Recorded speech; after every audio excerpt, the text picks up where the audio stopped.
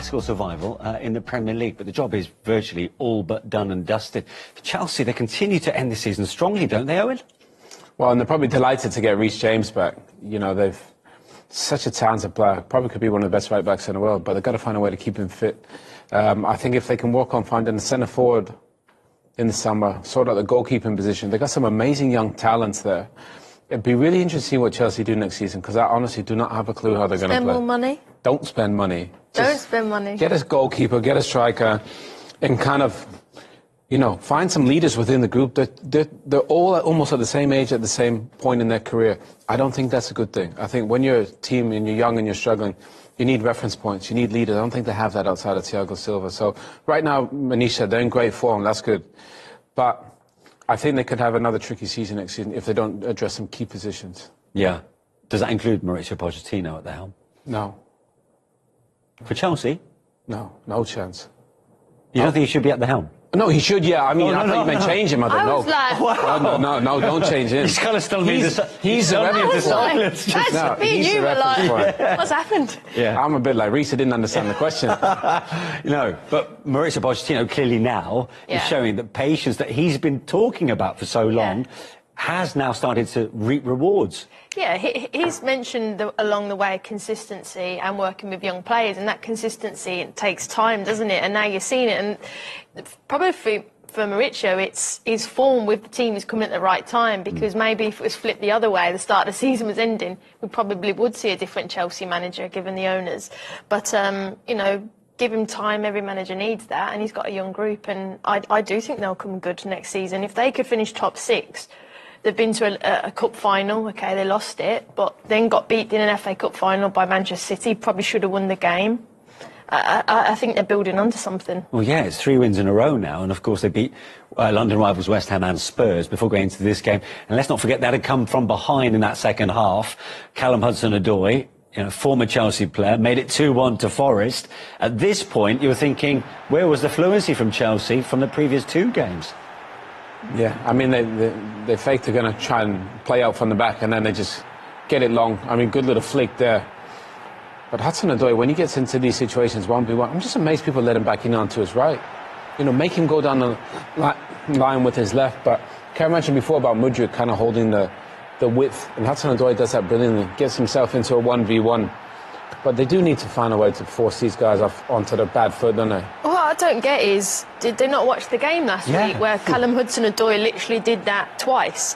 And he wants to come in on his right foot and do exactly that. And like I said, he did it last week. So surely as a defender, you've looked at the analysis and gone, I've got to force him on the outside. And but this is the one from last week. Again, similar areas, out to Gibbs-White, I think. Yeah. I know that, no, that wasn't this week, but then he cuts in on this right-hand side. It's exactly the same. Absolutely the same. It was Gibbs-White that played it to him, the same 2 people. But how did they not see that moment from last week?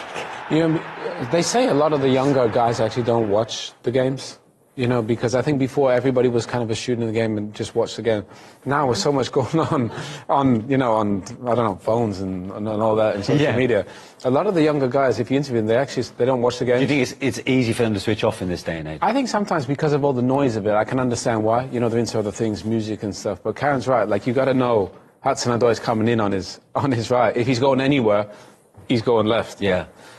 Which is obviously what you always get with wingers. You should know what their trademark is, their trademark finish. But also, be brutally honest, he's right-footed in the goal centre of the pitch. So he's either going to come in and cross it, or he's going to come in and shoot. So take him down the outside.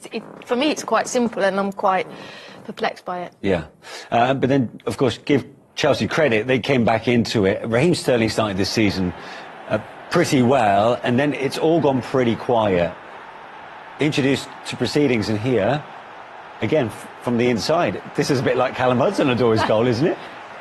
Well, it's literally so similar, it's incredible, really. But great little bit of movement from Cole Palmer just to allow that ball to get out wide.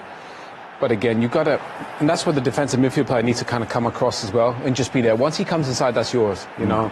Is that what you would have done? You position yourself there to stop that as a midfielder? If I see him coming, I have to be there because the defender can get beat. But it's been a tricky season for Raheem. You know, he started well, as Manish said, but been on the bench of late. Caicedo thought had a good impact on the game. I mean, this is a great goal. The way to pass, that's fantastic. Karen, how good is that from Reece to hit that without a touch, in inch perfect? Well, I think the pass, it doesn't break stride. It goes in and look, that's first time, and it's bouncing, keep his eye on it, and then the delivery, like literally Jackson, all he has to do is just make contact with his head, and it's in the back of the net. And you know, Reece James has made that very simple for him. How good is Nicholas Jackson when he does things quickly? He doesn't have to overthink it. You know, he does all that hard work, he's amazing kind of dribbler, he's quick, he's powerful, he's got all these amazing things, but actually, when he does things quickly, he can be instinctive. Yeah, more than anything. Yeah. And if you consider, you know, he is a figure that polarises opinion. That's 14 Premier League goals for Nicholas Jackson at Chelsea this. Today for them was a party because they started before the game being on the Premier League, being sure for the Premier League on the next year.